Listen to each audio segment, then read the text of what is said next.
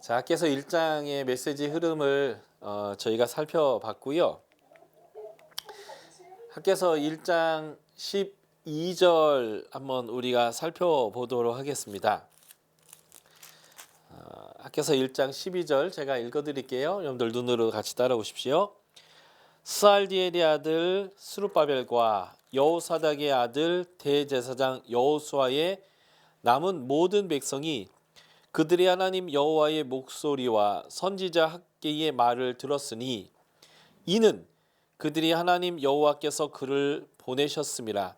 백성이 다 여호와를 경외하매. 자, 여기 경외라는 단어가 등장이 있는데요. 굉장히 중요한 단어죠. 경외한다는 말. 예. 여기 보면 하나님의 말과 선지자가 한 말을 동일시하고 있습니다. 다시 말해서 하나님이 보내신 자의 권위를 지금 이 백성이 이제 받아들인 거죠. 그래서 하나님이 보내신 자의 말을 이들이 들었고요. 예. 그래서 하나님이 보내신 자의 말이 뭐냐면 격려의 메시지인데 함께하겠다. 내가 너희와 함께하겠다라고 하셨고, 그리고 정치 지도자, 종교 지도자, 그리고 모든 백성들의 마음을 하나님께서 감동시켰습니다. 이럴 때 백성들이 뭐 했냐면 순종했어요. 순종해서 성전 공사를 시작했다라고 하는 거고요. 결국 이렇게 순종하고 하나님의 말씀에 반응하는 것을 뭐라고 표현하냐면 하나님을 경외했다라고 표현합니다. 이 경외하는 자가 정말 하나님을 아는 자이고 하나님의 백성인 거죠. 자, 잠언서 28장 14절 말씀 제가 여기다 적어놨는데요. 항상 경외하는 자는 복되거니와 마음을 완악하게 하는 자는 재앙에 빠지리라. 여기서 경외의 반대 단어가 뭐예요? 경외하는 자는 복인데 이 경외와 반대되는 것이 뭐냐면 마음을 완악하게 하는 겁니다.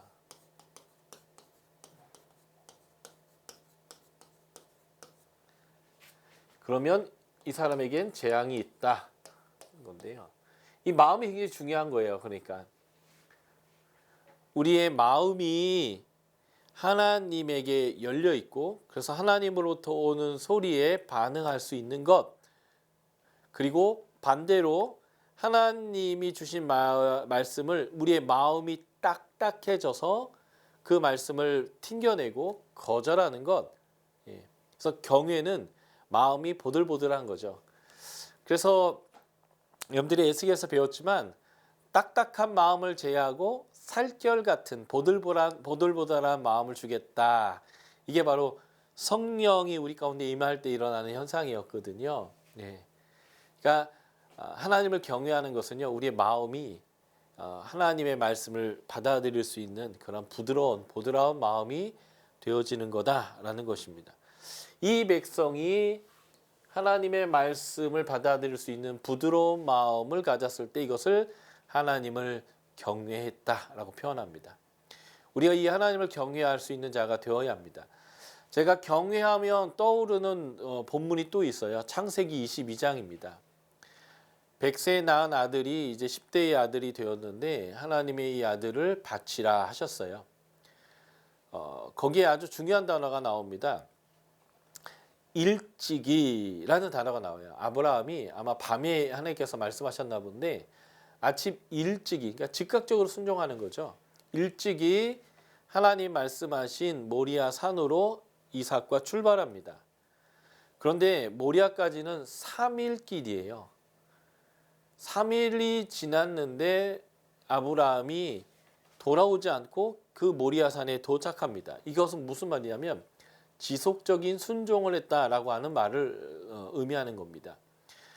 아들아 가자 해가지고 종들과 함께 갈 때 아들은 아마 아버지랑 어디 캠핑 소풍을 가는 줄 알고 신이 나서 아버지 어디 가실 거예요? 아버지 뭐 먹을 거예요? 아버지 누구 만날 거예요? 하면서 막 신나서 질문했을 때 아버지는 속으로 이렇게 대답했을 겁니다. 너 죽이러 간다 이놈의 새끼야. 이제 그러니까 되게 속상한 거죠. 근데 이 아이는 되게 기뻐 뛰고 있고 아버지 어디 간다고 지금 행복해하고 있는 거예요. 이 아이와 그 3일 길을 가는 겁니다.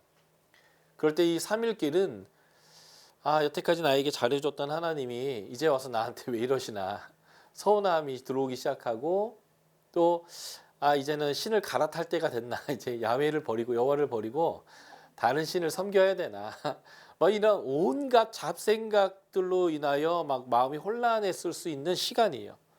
그런데 하나님이 그만큼 3일이나 떨어져 있는 산에서 아이를 바치라고 해요. 내일 아침에 눈 뜨면 마당에서 바쳐라 이게 아니라 3일 길을 가게 했는데 아브라함이 돌이키지 않고 3일 길을 쭉 갑니다. 그리고 종들을 놔두고 모리아산에 아들과 함께 올라가요. 근데 아들이 질문합니다. 아버지 칼도 있고 불도 있고 다 있는데 양은 어디 있습니까? 이제 정답은 이거죠. 너가 양이다. 이렇게 해야 되는데 아브라함이 뭐라고 얘기합니까? 여호와 이래.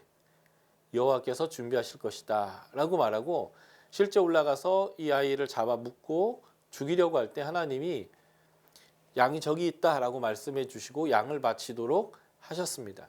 그러면서 하나님이 아브라함에게 하신 말이 있어요. 내가 비로소 네가 나를 경외하는 줄을 내가 알았다라고 얘기합니다.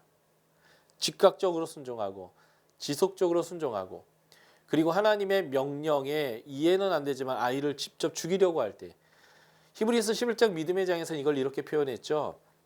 죽였다가도 다시 살려서 주실 줄을 믿었다라고요. 그래서 이렇게 순종한 사람을 향해서 하나님이 하신 말이 네가 나를 순종하는 줄 이제 내가 알았다라고 하나님께서 인정하시면서 네가 나를 경외한다라고 하나님께서 표현하셨습니다. 그러니까 경외는 뭐냐면요. 하나님을 신뢰하는 거예요. 죽였다 다시 살려서 주실 것을 믿는 거예요. 다시 말해서 하나님을 잘 아는 것입니다. 하나님을 잘 아는 자가 순종하게 돼 있는 거죠. 그러니까 오해하지 않는 거예요. 하나님이 무슨 말씀을 하셔도 하나님이 말씀하신 것은 옳고 선하고 가장 좋은 것으로 우리에게 말씀하신다라는 그것을 아는 것, 이게 이제 믿음이고 이게 바로 하나님을 경외하는 거고 바로 그것에 기반해서 순종이 일어난다라는 거죠. 그래서 이 백성이 지금 순종한 것은 하나님을 경외했기 때문이다라는 거. 그래서 우리가 바로 그 하나님을 경외하는 자로서 복되기를 축원드립니다. 자, 2장으로 넘어갈까요? 2장에는 세 번에 나눠서 예언자가 예언한 내용이 나오는데 2장 1절부터 9절입니다. 성전에 임할 영광에 대해서 말씀하셨습니다. 자, 2장의 어떤 메시지의 구조를 한번 보면 자, 2장 1에서 9절 중에 첫 번째 하나님이 위로하시는 말씀이 4절 5절에 나옵니다. 제가 4절 5절 읽어드릴게요. 2장 4절입니다. 그러나 여호와가 이르노라 스룹바벨아 스스로 굳세게 할지어다. 여호사닥의 아들 대제사장 여호수아야 스스로 굳세게 할지어다. 여호와의 말이니라. 이 땅 모든 백성아 스스로 굳세게 하여 일할지어다. 내가 너와 함께 하겠다. 보십시오. 하나님의 위대한 말씀이 있는데 정치 지도자와 종교 지도자 스룹바벨과 여호수아 그리고 이 땅의 모든 백성을 향해서 하나님 뭐라고 했냐면 너 스스로 굳세게 해라. 마음을 정확하게 잡아라 라는 거예요. 믿음의 또 하나의 모습이 뭐냐면 내 마음이 내 눈이 여기저기로 어디에 나의 도움이 있을고 어디 가야 내가 문제를 해결할 수 있나 어디 가서 복을 받을 수 있나 막 흔들리는 게 아니라 하나님에게로 딱 고정하는 거. 스스로 굳세게 해라. 견고한 마음. 심지가 견고한 자에게 하나님의 도움이 있잖아요. 굳세게 할지어다. 그리고 어떻게 해요? 일할지니라. 이 뭐예요? 성전을 지라는 거예요. 하나님 말씀하셨다. 하나님 말씀하신 일에 내가 내 생각을 딱 정확히 딱 박자라고 하는 거죠. 1월 24일 날 이 백성이 순종하여서 6월 24일 날 이 백성이 순종하였어요. 그래서 성전을 짓기 시작했는데 지금 7월 21일이에요. 3일이 빠지는 한 달이 정도 지난 거죠. 사람들은 작심삼일이라는 말이 있습니다. 이제 한국의 구정으로는 지금 이제 설날이 막 지나서 이제 내일이면 작심삼일이 될 수 있어요. 그래서 한 해 시작할 때 올해는 성경 일독을 하리라, 올해는 기도의 시간을 정해서 내 골방에서 하나님께 늘 교제하는 시간을 가지리라, 올해부터는 내가 묵상을 시작하리라. 작심을 하지만 3일이 지나면 흐지부지 된다는 게 이제 작심삼일인데 거의 한 달이 다 지나가는 거죠. 이들이 지칠만 하고 이들이 또 흔들릴만 할 때 하나님이 다시 이들을 격려하는 거예요. 위로하는 겁니다. 그리고 이들이 나아가야 될 방향으로부터 딴 데로 흘러나가지 않도록 하나님이 다시 한번 디렉션, 방향을 주시는 거죠.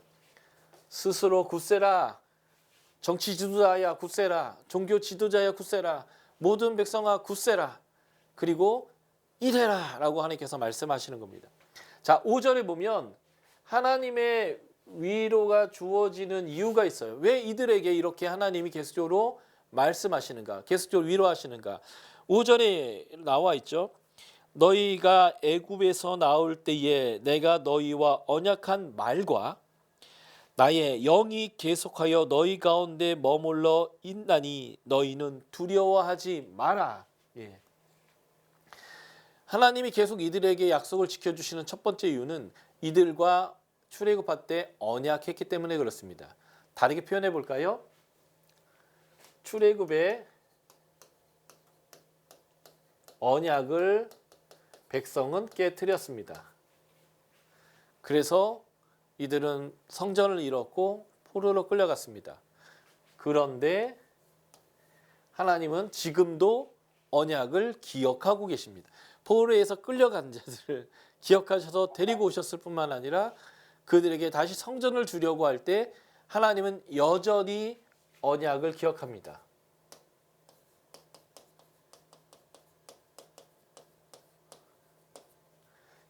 불성실한 이스라엘과는 대조적으로 하나님은 신실하셔서 언약을 여전히 기억하시는 거예요. 언약 때 하나님이 율법을 주셨죠. 그래서 하나님의 통치가 여전히 이들 백성 가운데 미치고 있는 거예요. 이스라엘 백성은 싫어요 라고 하나님의 통치를 거절하지만 여전히 하나님 이들에게 하나님의 질서와 통치를 주고 계신 거죠. 그리고 하나님의 영, 하나님의 임재가 이들과 함께하고 있습니다. 그래서 여전히 이들에게 하나님이 지금 위로하시고 말씀하시는 거예요. 하나님은 포기하시지 않습니다. 자, 7절부터 9절을 보면 포기하지 않는 하나님이 이들을 위로하면서 약속해 주시는 내용이 나오는데요. 7절부터 9절 사이에 세 개의 약속이 있습니다. 읽어드릴게요. 7절부터 읽어드리겠습니다. 또한 모든 나라를 진동시킬 것이며 모든 나라의 보배가 이르리니 내가 이 성전의 영광이 충만하게 하리라. 만군의 여호와의 말이니라. 은도 내 것이요 금도 내 것이라. 만군의 여호와의 말이니라.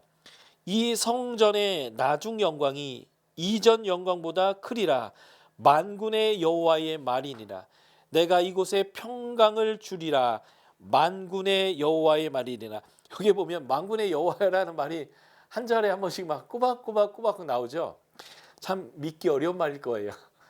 지금 이 고난의 현실 가운데 있는 사람들, 하나님 마음을 주셔서 성전은 짓기는 시작했으나 아이고야 이것을 내가 다 마칠 수 있을까, 아직도 그런 의구심이 드는 사람들이 있을 거예요. 왜냐하면 삶이 뻑뻑하니까. 열심히 먹고 살기로 노력해도 먹고 살기 힘든 이 상황에 우리의 재정을 들여서 성전을 짓고 우리의 시간을 내서 성전을 짓는다는 게 쉽지 않은데 순종은 했으나 그것을 지속해 나갈 때에 한쪽의 마음이 흔들리는 사람들에게 하나님이 약속을 해주시는 거죠. 그러니까 믿기 어려운 말을 사람들이 들어야 하니까 하나님께 뭐라고 하냐, 만군의 여호와가 말하느라 라고 이거 계속 반복해서 말하는 겁니다. 세상을 진동시키겠대요. 그러니까 자연 만물과 나라를 진동시킬 것인데 이것은 큰 일을 이룰 것이다라는 의미의 좀 관용적 표현입니다. 그러니까 하나님의 통치와 주권을 실행할 거다라는 것들을 표현하는 용어가 되겠고요. 그리고 성전의 영광이 충만할 것이다. 하나님의 임재가 있을 것이다라는 거죠. 그 임재를 뜻할 때, 이 임재를 뜻할 때 이전의 영광보다 나중의 영광이 더 클 것이다라고 이제 말씀하시는 거예요.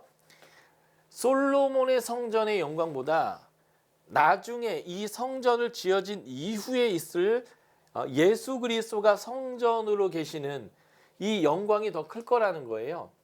이게 바로 이제 메시아에 대한 약속입니다. 나중의 영광은 메시아에 대한 영광이에요. 좀 이따 다시 보여드리겠습니다. 그리고 이 메시아가 오셔서 왕으로 자정할 것이고, 이 왕으로 오시는 메시아가 통치할 때 평강이 일어날 것이다 라고 얘기하는 겁니다. 자, 그림으로 보여드릴게요. 이게 이전의 영광이 바로 솔로몬 성전을 얘기하는 거예요. 지금 스룹바벨 성전은 아직 지어지지 않았지만, 스룹바벨 성전이 에스라서에서 지어졌을 때 이전의 영광을 봤던 사람들이 막 울었습니다. 감격해서 울기도 했지만 너무 초라해서도 울기도 했거든요. 그래서 스룹바벨 성전이 굉장히 초라합니다. 그런데 이 성전의 이전의 성전인 솔로몬의 성전은 참 어마어마하게 영광스러웠거든요. 그런데 이 이전의 영광보다 나중의 영광이 영광스러울 것이다라고 했는데, 이 나중 영광이 뭐냐면 예수 그리스도께서 성전으로 오시는 것을 의미합니다. 그래서 지금 여기서 말하는 나중에 영광스러운 성전은 바로 예수 그리스도를 의미하는 거예요. 자, 이 스룹바벨 성전을 다 해체한 다음에 다시 성전을 졌는데, 이게 바로 헤롯 성전입니다. 이 헤롯 성전에 있는 요 건물이요, 요 건물은 이 솔로몬 성전보다 8배 더 컸습니다. 요 부분만요. 그래서 여기에 있는 성전들을 짓기 위해서 헤롯이 8년 동안 돌을 캐는 곳에서 다 돌을 다듬어서 옮겨와 가지고 조립만 했어요. 그래서 요 성전 여기만 짓는데 8년이 걸렸습니다. 이 성전의 크기는 이 솔로몬 성전보다 8배나 컸고요. 이 성전 좌우에 넓은 마당을 만들었는데, 이 넓은 마당을 만들기 위해서 헤롯이 뭘 했냐면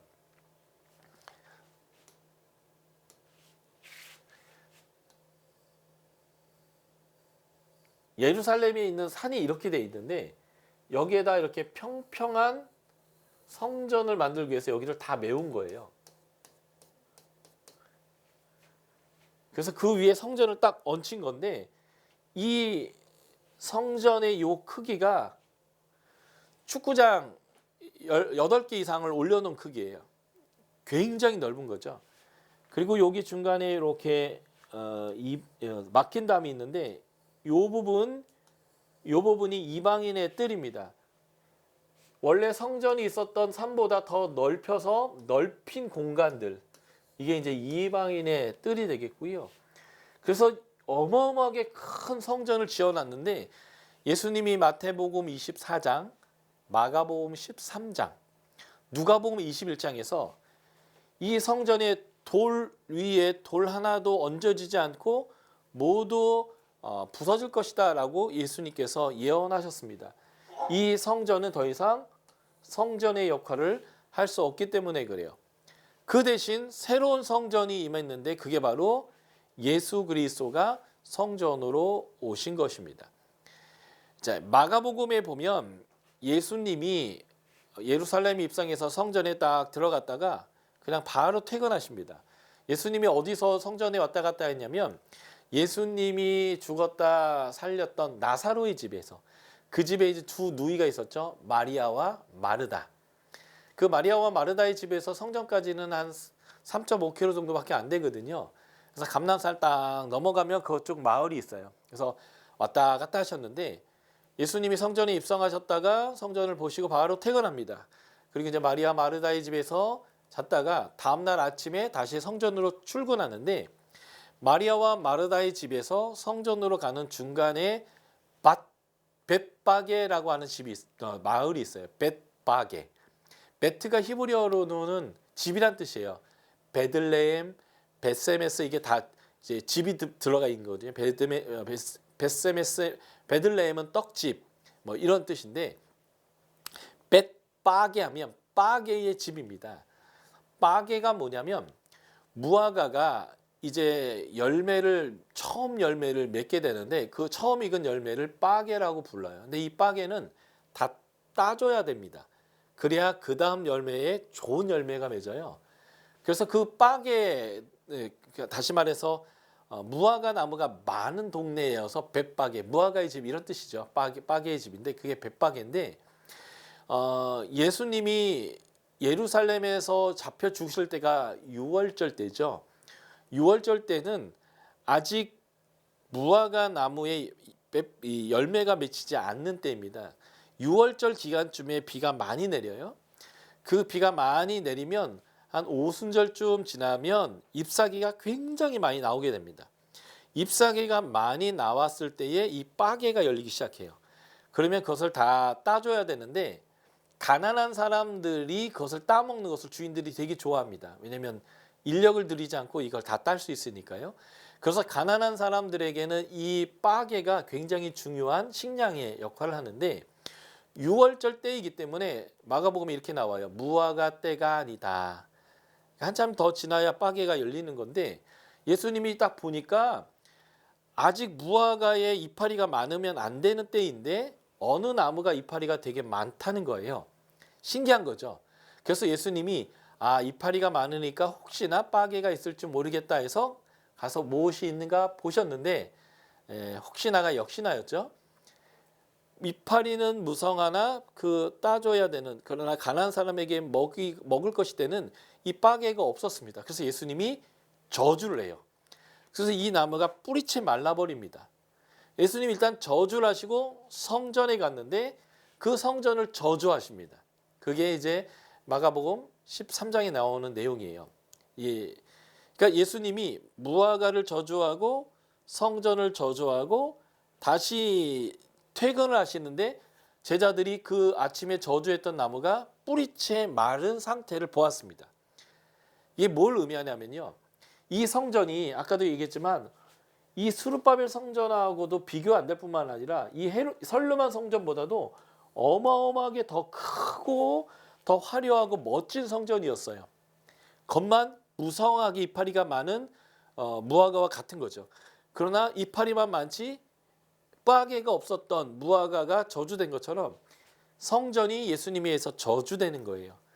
다시 말해서 우리는 그 사건을 성전 정화라고 표현하지만 정확히 말하면 성전을 폐기한 거예요. 이제 성전은 더 이상 역할을 할 수 없다는 거죠. 무화과가 말라서 열매를 맺지 못하게 된 것처럼 열매 없는 무화과가 저주받아서 더 이상 열매를 맺지 못하게 된 것처럼 열매 없이 겉만 무성한 화려한 성전이 이제는 폐기되는 사건입니다. 그러면서 이 성전 대신에 예수님이 성전되는데 이게 바로 이 하박국에서 했던 이전의 영광보다 더 크고 온전한 영광이 임할 거다라고 하는 것이죠. 자, 요한복음 1장 14절 한번 우리가 펴보실까요? 신약으로 넘어와서 요한복음 1장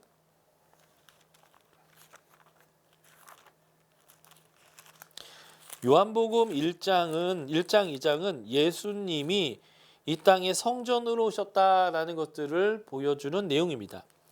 자, 요한복음 1장 14절은 예수님의 성육신에 대해서 말하는 건데요. 한번 제가 읽어드릴게요. 요한복음 1장 14절입니다. 말씀이 육신이 되어 우리 가운데 거하심에 우리가 그의 영광을 보니 아버지의 독생자의 영광이요 은혜와 진리가 충만하더라. 말씀이 육신이 되었는데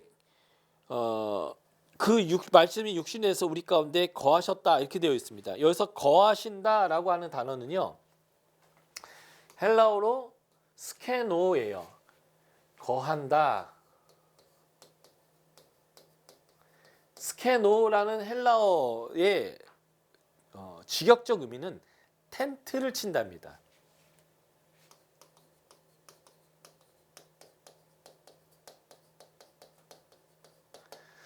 스케네가 텐트예요.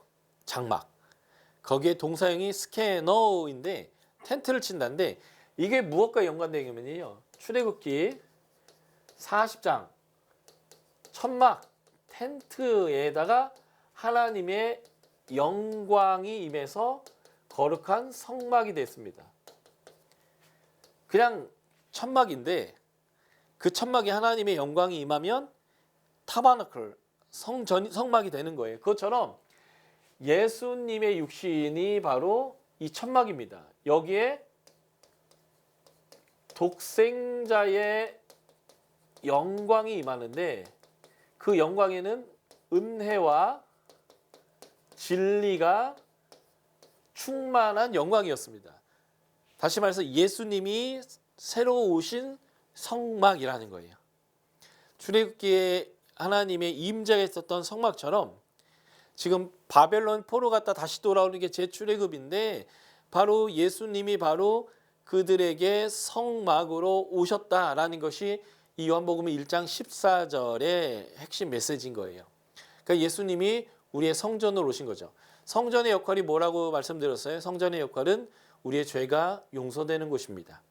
그래서 하나님에게 나아가서 기도할 수 있는 곳이고 응답이 이루어지는 것이고 하나님의 복을 누릴 수 있는 곳인데 바로 예수님이 이 땅에 오셔서 성전의 역할을 하시는데 그게 뭐예요?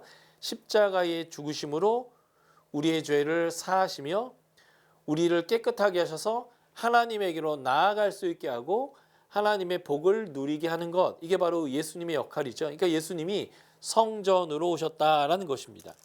자, 요한복음 1장 끝부분으로 갈게요. 나다나엘 얘기가 나옵니다.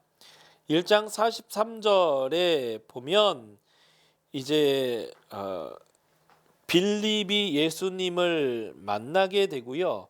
이 빌립이 예수님을 메시아인 줄을 알게 되고 그의 친구 나다나엘 46절에 나다나엘에게 가서 내가 메시아를 만났다라고 소개합니다. 그럴 때 나다나엘이 야 무슨 나사렛에서 선한 것이 나겠느냐라고 했는데요.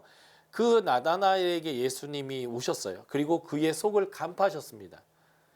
너는 간사한 게 없는 참 이스라엘 사람이다.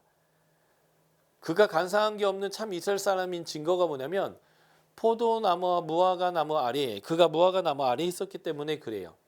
무화과 나무가 어떤 곳이냐? 큰 그늘이 제공되는 곳인데 거기서는 기도하고 성경을 연구하는 자리입니다.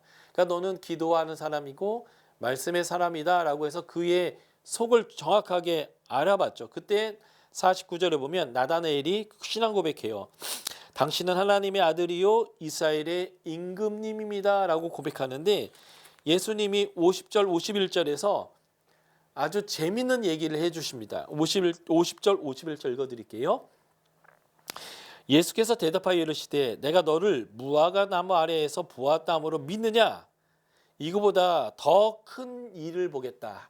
그 더 큰 일이 뭐냐면 51절에서 나오는데 또 이르시되 진실로 진실로 너희에게 이르노니 하늘이 열리고 하나님의 사자들이 인자 위에 오르락 내리락 하는 것을 보리라. 하늘이 열리고요. 천사가 인자 위에서 하늘로 올라갔다 내려갔다라는 것을 반복하는 것을 보겠다는 겁니다. 이것을 이해하려면 창세기 28장을 기억하셔야 되는데 야곱이 형의 장자권을 아버지에게 속여서 탈취한 다음에 형이 죽이려 하자 이제 라반의 집, 삼촌의 집으로 도망갈 때에 노숙자가 돼서 돌베개를 베고 길에서 자고 있는데 그때 하늘이 열리고 사닥다리가 놓이고 이제 원어로는 계단이에요. 사닥다리가 놓이고 천사가 올라갔다 내려갔다 하는 것을 보았습니다. 이 천사가 올라가는 이유는 뭐냐면 이 땅의 기도 제목과 소식을 하나님께 알리는 거예요. 그리고 내려오는 것은 하나님의 응답을 가지고 내려와서 이 문제를 해결하는 이제 메신저의 역할을 하는 건데 다시 말해서 하나님의 나라가 하나님의 통치가 거기 임한 것을 의미합니다. 그래서 그곳의 이름을 야곱이 뭐라고 졌어요? 벳엘로 졌습니다. 베트가 집이란 단어였고 엘이 엘로임 하나님을 뜻해요. 그래서 하나님의 집이다. 그러니까 베델은 성전이란 뜻이에요. 바로 그 사건이 예수님 위에서 또 일어나겠다라고 얘기합니다. 그러니까 무슨 말이에요? 예수님이 성전되는 것을 네가 보게 될 거야. 이게 더 큰 일이야라고 말하고 있는 겁니다. 이게 이제 학개서에서 말하고 있는 나중 영광이 바로 이것을 의미하는 거죠. 한 구절 더 볼까요? 요한복음 2장으로 넘어가겠습니다. 2장 13절에 보면 아까 제가 말씀드렸던 성전 폐기에 대한 내용이 요한복음에도 등장하는데요. 13절에 보면 예수님이 노군을 만드셔서 성전에서 장사하는 사람들, 주로 어디서 했냐면 여기 이방인의 뜰에서 그걸 했는데요. 장사하는 사람들을 다 쫓아내고 환전하는 사람들을 다 쫓아내셨습니다. 그러자 사람들이 예수님에게 묻죠. 18절에 보면 나에게 표적을 보여라. 네가 누구냐? 누군데 이런 일을 하냐? 하면서 표적을 구합니다. 그럴 때 예수님이 성전을 헐어라. 내가 사흘 만에 짓겠다라고 말씀하시죠. 이 사흘 만에 짓는 성전은 이 어마어마한 건물을 의미하지 않습니다. 예수님 이 헤롯 성전은 BC 20년부터 짓기 시작했고, 그리고 이 요한복음에 보면 뭐라고 얘기했습니까? 이 성전을 짓는 데 얼마나 걸린다고요? 46년 동안 지어왔다. 20절에 나오죠. 지금 예수님이 AD 26년인 거죠, 지금이.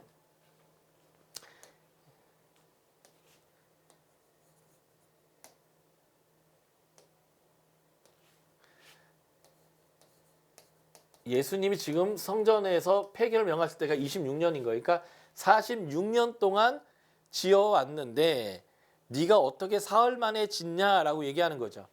이 성전은 66년에 모든 공사가 완공되고요. 70년에 로마 장군에 의해서 파괴당합니다. 예수님이 말씀하신 대로 성전은 파괴되는 거죠. 그러나 사흘 만에 성전은 짓게 됩니다. 이렇게 오래 걸릴 필요가 없어요. 예수님이 죽으셨다가 부활하는 데 걸리는 딱 3일이면 새로운 성전이 지어지는 거예요. 그래서 예수님을 통해서 죄가 용서되어지고, 예수님을 통해서 기도가 응답이 되고, 예수님을 통해서 하나님과 친하게 지낼 수 있는 모든 길이 열리는 것. 이 사건을 사흘 만에 짓는 성전이라고 표현하고요. 21절 볼까요? 요한복음 2장 21절. 이 성전의 의미가 뭔지를 이제 본문에 설명하는데, 그러나 예수는 성전된 자기 육체를 가리켜 말함이라. 이 건물을 3일 만에 짓겠다는 게 아니라 예수님의 부활로 인해서 본인이 성전되는 것에 대해서 얘기했다라는 거예요. 그러니까 바로 예수님이 성전이 되어서 온전한 속죄와 용서와 하나님과의 화해와 하나님의 복이 주어지는 독생자의 영광, 그 영광이 바로 나중에 영광이 되겠다. 이렇게 보시면 되겠습니다. 말 나온 김에 요한복음 2장 1에서 12절도 제가 한번 설명해 볼게요. 요한복음 2장에 보면 우리가 잘 아는 가나 혼인잔치의 비유가 사건이 나옵니다. 여기 보면 사흘째 되던 날이란 단어가 나오는데, 이 사흘째 되던 날은 예수님이 사흘 만에 성전을 짓겠다라는 것과 이렇게 병행을 이루는 아주 중요한 단어입니다. 1장에 보면 다음 날, 이튿날, 이튿날이라는 게 3번 반복해서 나와요. 그러니까 이게 연대기순이라면 2장 1로 넘어가면 사흘째 되던 날이 아니라 4일째 되던 날, 나흘째 되던 날이 되어야 하는데, 사흘째 되던 날이라는 단어로 시작해. 이것은 예수님의 십자가의 사건과 연결되는 3일을 연결하는 겁니다. 그런데 예수님이 혼인잔치에 가서 물을 포도주로 만듭니다. 근데 포도주로 만들었던 물이 어떤 물인지가 되게 중요해요. 정결례 물통입니다. 정결례 물통이라는 건 뭐냐면, 사람들이 밖에 나갔다가 들어오면 많은 사람과 만날 수 있고, 부정한 사람이 만졌던 것, 부정한 사람들이 접촉했던 것을 만질 수가 있어요. 그렇기 때문에 나갔다 들어오면 반드시 씻습니다. 흐르는 물에 씻게 되는데, 그 씻기 위한 물을 담아둔 통이 정결례 물통이에요. 그러니까 식수가 아니라, 먹을 물이 아니라 씻는 물입니다.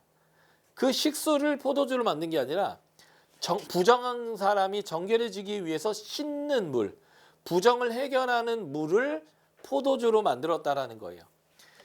그래서 진정한 정결은 물로 씻어서 되는 게 아니라 예수님 피로 되는 거다. 그래서 포도주가 바로 예수님의 피를 상징하는 거예요. 그게 성만찬으로 연결되죠. 그래서 예수님의 십자가에 죽었다가 사흘 만에 살아나는 사건이 바로 물로 정결케 될 수 없는 사람들을 온전히 정결케 할 수 있다라는 얘기를 하고 있는 게 바로 이 가나 혼인잔치 얘기예요. 그래서 예수님이 있는데 어머니가 와서 포도주가 떨어졌다라는 얘기를 했을 때 예수님이 이렇게 표현하죠. 내 때가 되지 않았습니다 라고 얘기합니다. 요한복음에서 예수님의 때는 다 십자가에 죽을 때를 표현하는 단어예요. 그러니까 예수님이 나 아직 죽을 때 안 됐는데요 라고 표현하면서 물을 포도주로 만들었단 말이죠. 그러니까 예수님의 십자가의 사건을 통해서 우리가 진정한 정결이 이루어진다라는 것들을 표현해 주는 사건이 가나 혼인잔치의 사건입니다. 그러니까 2장은 두 개의 사건이 나오는데 다 예수님의 성전의 역할을 설명하는 그런 내용이다라고 보시면 될 것 같아요. 그래서 지금 우리가 학계에서 만난 이 내용이 바로 이렇게 신약으로 연결되어진다라는 것을 여러분들이 보시면 되겠습니다. 자, 2장 10에서 19절 세 번째 이 예언자의 예언을 보겠습니다. 이것은 9월 24일 날 이제 시작된 예언이고요. 2장 10에서 19절은 정결에 대한 얘기와 그래서 너에게 복을 주겠다. 아까도 제가 분명히 설명드렸어요. 부정한 자는 하나님께 나아갈 수 없어요. 그래서 정결해져야 됩니다. 정결해지면 하나님과 동행할 수 있고 하나님과 동행하는 것 자체가 복일 뿐만 아니라 이제 복을 받을 수 있게 되는 거죠. 그래서 너희가 부정했는데 이제는 정결하다. 그래서 복을 주겠다. 오늘부터 복을 주겠다라고 하는 이제 하나님의 약속의 내용입니다. 한번 보실까요? 10에서 14절에 보면 하나님의 백성과 이 나라의 상태가 어떤지를 설명해 주고 있습니다. 10절부터 14절 읽어드릴게요. 다리오왕 제2년 9째 달 24일에 여호와의 말씀이 선지자 학개에게 임하여 이르시되 만군의 여호와가 말하노라 너는 제사장에게 율법에 대하여 물어 이르기를. 제사장이 바로 정한지 부정한지 분별하는 자잖아요. 그래서 정한지 부정한지를 가장 잘 아는 사람에게 물어라 이런 뜻이에요. 사람이 옷자락에 고기를 쌌는데 그 옷자락이 만일 떡에나 국이나 포도주나 기름에나 다른 음식에 닿았다면 그것이 성물이 되겠느냐? 거룩한 고기를 쌌던 것에 어디에 닿다면 음식에 닿다면 거룩해지겠냐? 했더니 아니다라고 얘기합니다. 13절 보면 학개가 이르되 시체를 만져서 부정하여진 자가 만일 그 가운데 하나를 만지면 음식을 만지면 부정해지겠느냐? 부정해진다 이렇게 얘기하는 거죠. 그래서 지금 14절에 또 얘기합니다. 학개가 대답하여 이르되 여호와의 말씀에 내 앞에서 이 백성이 그러하고 이 백성이 부정하고 이 나라가 부정하다. 그들의 손의 모든 일도 부정하다. 그들에게 거기서 드리는 것도 그러니까 예물도 하나님께 드리는 예물도 부정하다. 이들이 다 부정하니까 그들이 가지고 온 예물까지 싹 부정하다는 거예요. 이게 바로 이 백성의 실상입니다. 이 백성은 부정해요. 부정하니까 하나님에게로 나아갈 수 없고 하나님의 복을 누릴 수 없었다는 거죠. 그 부정의 결과 그래서 15에서 17절에 얘기하는 거예요. 성전을 그래서 잃어버린 거다. 하나님의 임재를 잃었다. 농사가 되지 않는다. 그들에게 먹을 게 없고 안식이 없는 거예요. 안식의 상실. 백성이 하나님께 돌아오라 해도 하나님의 통치를 계속 거절합니다. 그래서 하나님의 통치를 상실합니다. 다시 말해서 하나님 나라가 사라진 거예요. 하나님 나라의 세 개 중요한 요소가 하나님의 임재와 그분의 다스림과 그로 인한 안식인데 이 모든 것을 그들이 부정해서 잃어버렸다라고 하는 것입니다. 그런데 이 부정했던 자들이 이제 19절 오늘부터 내가 너에게 복을 주리라 라고 하는 터닝 포인트가 있었다는 게 완전히 바뀌는 시점이 있었는데 그게 2장 18절입니다. 읽어드릴게요. 2장 18절. 너희는 오늘 이전을 기억해라. 오늘 전에를 기억해라. 아홉째 달 24일 곧 이게 오늘이에요. 오늘 이전에 여호와의 성전지대를 쌓던 날부터 7월 24일이죠. 7월 24일부터 지금을 한번 살펴보라는 거예요. 하나님 말씀에 순종했던 그때부터 지금까지를 한번 살펴봐라. 하나님의 전을 쌓던 날, 이때가 바로 다시 말해서 순종했던 날, 하나님을 경외했던 날, 이 날로부터 기준해서 그 이전과 그 이후를 한번 살펴봐라 라는 거예요. 너희가 그전에는 부정했지만 이제는 너희가 하나님을 경외하고 순종함으로 정한 상태가 됐고, 그래서 오늘부터 그날로부터 터닝이 되어서 복을 주겠다. 이렇게 된 거죠. 그러니까 여러분들이 이제는 예수 그리스도로 말미암아 정해진 사람들이거든요. 그래서 이제는 다시 제사를 드릴 필요가 없어요. 이제는 여러분들이 온전히 정결한 가운데 계속 있기 위해서 해야 될 것은 제사를 드리는 일이 아니라 순종하는 일을 하는 겁니다. 요한복음에 보면 예수님이 새 계명을 주노니 뭐 하라고 해요? 서로 사랑하라고 하죠. 서로 사랑하는 게 순종이고 서로 사랑하는 게 우리의 죄가 용서되는 제사입니다. 베드로전서에 나와요. 서로 뜨겁게 사랑할지니 사랑은 뭐라고 해요? 허다한 죄를 덮느니라. 속죄라는 단어가 카파르라는 단어인데, 카파르라는 단어가 덮는다는 뜻이에요. 하나님이 우리를 예수 그리스도의 피로 덮어서 죄 없다라고 해주는 거, 이게 속죄거든요. 그러니까 사랑은 서로 사랑할지니 사랑은 허다한 죄를 덮는다는 말은 우리가 서로 사랑하는 것이 속죄가 되어지는 방법이라는 겁니다. 그래서 주기도문에도 나오죠. 우리가 우리에게 죄 지은 자를 용서해 준 것 같이, 이걸 다르게 표현하면 내가 나에게 나의 원수를 사랑한 것 같은 거예요. 내가 나에게 죄 지은 자를 사하여 준 것 같이 우리 죄를 사하여 주십시오. 우리 죄가 하나님께 계속적으로 용서받을 수 있으려면 뭐 해야 돼요? 우리에게 죄 지은 자를 용서해 주어야 합니다. 서로 뜨겁게 사랑하는 것 자체가 우리의 제사이고 우리에게 예수의 피가 덮어져서 우리의 죄가 용서되는 방법이라는 거예요. 다시 말해서 순종하는 것, 하나님을 경외하는 것, 이게 아주 잘 표현되는 게 사랑하는 거거든요. 새 계명을 지키는 거죠. 이걸 하면 부정한 우리가, 하나님의 나라를 잃어버렸던 우리가 이제 복을 받고 정해지고 하나님과의 친밀한 가운데 있게 된다. 이런 메시지가 바로 이 내용인 거죠.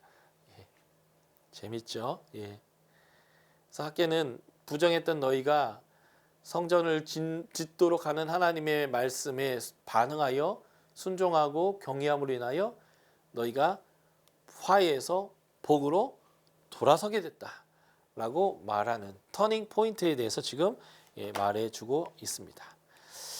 자, 마지막 네 번째 설교예요. 2장 20에서 23절입니다. 적에 대한 심판 약속이고요. 적이 심판된다라는 것은 원수가 갚아지면서 내가 하나님의 복을 누리게 되는 내용입니다.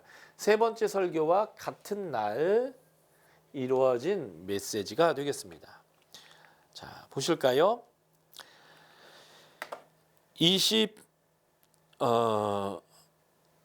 20절 그달 24일에 여호와의 말씀이 다시 학개에게 임하여 이르되 너는 유다 총독 스룹바벨에게 말하여 이르라. 내가 하늘과 땅을 진동시킬 것이요. 이 단어는 2장 앞부분에서도 나왔죠. 실절에 하나님이 큰 일을 행하실 것이다 라고 하는 관용적 표현이라고 말씀드렸어요. 그 진동시키는 게 어떤 형태로 진동되는지 22절을 보면 여러 왕국들의 보좌를 엎을 것이요, 여러 나라의 세력을 멸할 것이요, 그 병거와 그 탄자들을 엎드러뜨리고 말과 그 탄자가 각각 그의 동료의 칼에 엎드러질 것이다. 자연 만물을 진동시키고 모든 나라들을 심판할 거예요. 왕국의 보좌라는 건 통치자들을 엎을 거라는 거죠. 그리고 그들의 병거와 말들을 탄 자, 여러 나라들의 세력을 멸할 것이다. 바로 예수 그리스도께서 재림할 때에 심판하실 것을 말씀하는 거예요. 이게 요한계시록의 19장부터 20장에 걸쳐서 예수님의 재림 때에 일어날 그 심판을 묘사하는 겁니다. 예수님이 재림할 때에 심판하는 거죠. 예수님의 초림부터 재림 사이에 우리가 여기에 이제 살고 있는데, 예수님의 초림은 성전으로 오셨어요. 용서하기 위해서, 화해하기 위해서. 그 용서와 화해는 인종도 차별이 없어요. 남녀 차별도 없어요. 노인과 젊은이 차별도 없어요. 예, 귀족과 귀족이 아닌 사람들 이 당시에 있었으니까 차별 없이 모든 사람들에게 열려 있는 용서와 화해와 사랑의 초림이라면, 그 초림과 재림 사이에 돌아올 수 있는 기회가 주어지고, 재림 때는 끝까지 하나님께 돌아오지 않는 자들에게 이런 일이 있을 겁니다. 하늘과 땅을 진동시킬 건데 이제는 옛 하늘과 옛 땅이 온데간데 없이 사라질 거예요. 요한계시록 6장에 보면 완전히 사라지고 뭐가 생깁니까? 새 하늘과 새 땅이 주어질 겁니다. 이것은 이사야서 65장에도 나오는 표현이고요. 요한계시록의 21장, 22장에도 나오는 내용이죠. 그래서 재림주인 예수님이 종말적 심판을 하실 것이다 라는 겁니다. 그래서 앞에 2장의 전반부에 나오는 진동시키는 것은 예수님의 초림을 통한 용서와 화해, 성전으로 오신 예수님이라면, 이 마지막 네 번째의 설교에서의 세상의 진동은 천지개벽적인 진동이 될 겁니다. 이게 첫 번째 하나님이 하실 일이에요. 대적을 심판합니다. 이 대적이 바로 우리를 박해하던 자들이에요. 정치적인 힘으로 박해하기도 했을 거예요. 그리고 종교적인 힘으로도 박해했을 겁니다. 힌두, 무슬림, 불교 뭐 이런 것들로, 또는 무신론이라고 하는 공산당들이 정치와 종교가 연합되어져서 박해할 건데, 이들은 심판받을 겁니다. 그러니까 우리는 이들을 두려워하지 말고 복음을 전해야겠죠. 두 번째 하나님이 하실 일인데, 메시아를 세우실 겁니다. 영원한 통치자를 세우실 거예요. 만왕의 왕이요 만주의 주이신 예수 그리스도를 세울 겁니다. 그때 스룹바벨을 세우고 그를 인장으로 삼을 거다라고 했는데, 이 스룹바벨이 바로 다윗의 후예거든요. 그래서 이 스룹바벨은 예수 그리스도를 예표하는 사람으로서 지금 여기서 언급되어진 거고요. 그래서 이 표현을 현대어 성경으로 제가 읽어드릴게요. 그날이 오면 내가 너를 나의 종으로 들어올리겠다. 그때에는 내가 너를 옥새와 같이 쓰겠다.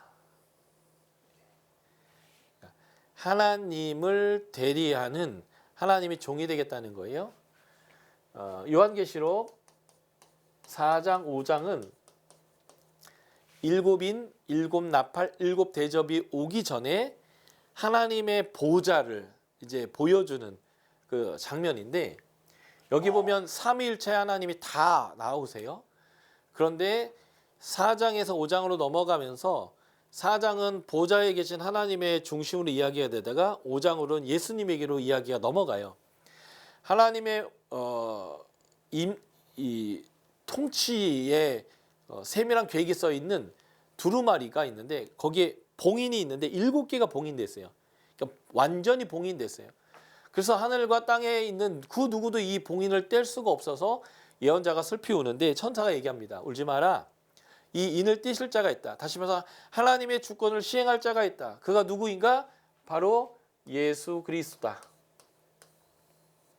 그는 일찍 죽었다가 살아나신 자인데, 바로 그 예수님이 이 하나님의 봉인을 떼고 주권을 시행할 뿐이다 라고 얘기하고, 이 예수님이 인을 떼시자 세상을 향한 하나님의 주권이 시행되는 얘기가 이제 4장부터 5장부터 출발해서 일곱 인, 일곱 나팔, 일곱 대접으로 이제 연결되는데 바로 옥새가 뭐예요? 왕의 말이 거기 딱 써 있고 도장이 딱 찍히면 왕이 거기 가 있지 않아도 그 문서 자체가 왕의 역할을 하는 것처럼 예수 그리스도가 하나님의 종으로서 하나님의 주권을 가지고 세상을 통치하고 심판할 거다라는 것들을 보여주는 표현이 바로 이 표현입니다. 그래서 스룹바벨의 후예인 예수 그리스도를 통해서 하나님의 대리를 하게 될 거고 그분이 심판하게 될 것이다. 그래서 초림주 예수님의 용서와 화해의 성전으로 오신 예수님과 심판주로 오실 예수님을 통해서 하나님의 나라가 회복될 것을 예언했던 그 예언자가 바로 이 학개입니다. 그래서 학개는 현재의 성전을 지어지게 하는 격려하는 사람이면서 동시에 이 성전을 넘어서 이제 하나님이 진정한 성전으로 오셔서 우리 모두가 하나님과 함께 연합할 수 있는 그러한 예수의 초림과 재림을 통한 오는 하나님의 나라까지를 이제 지향하는 그런 예언을 했던 예언자가 이제 학개다라고 보시면 될 것 같습니다.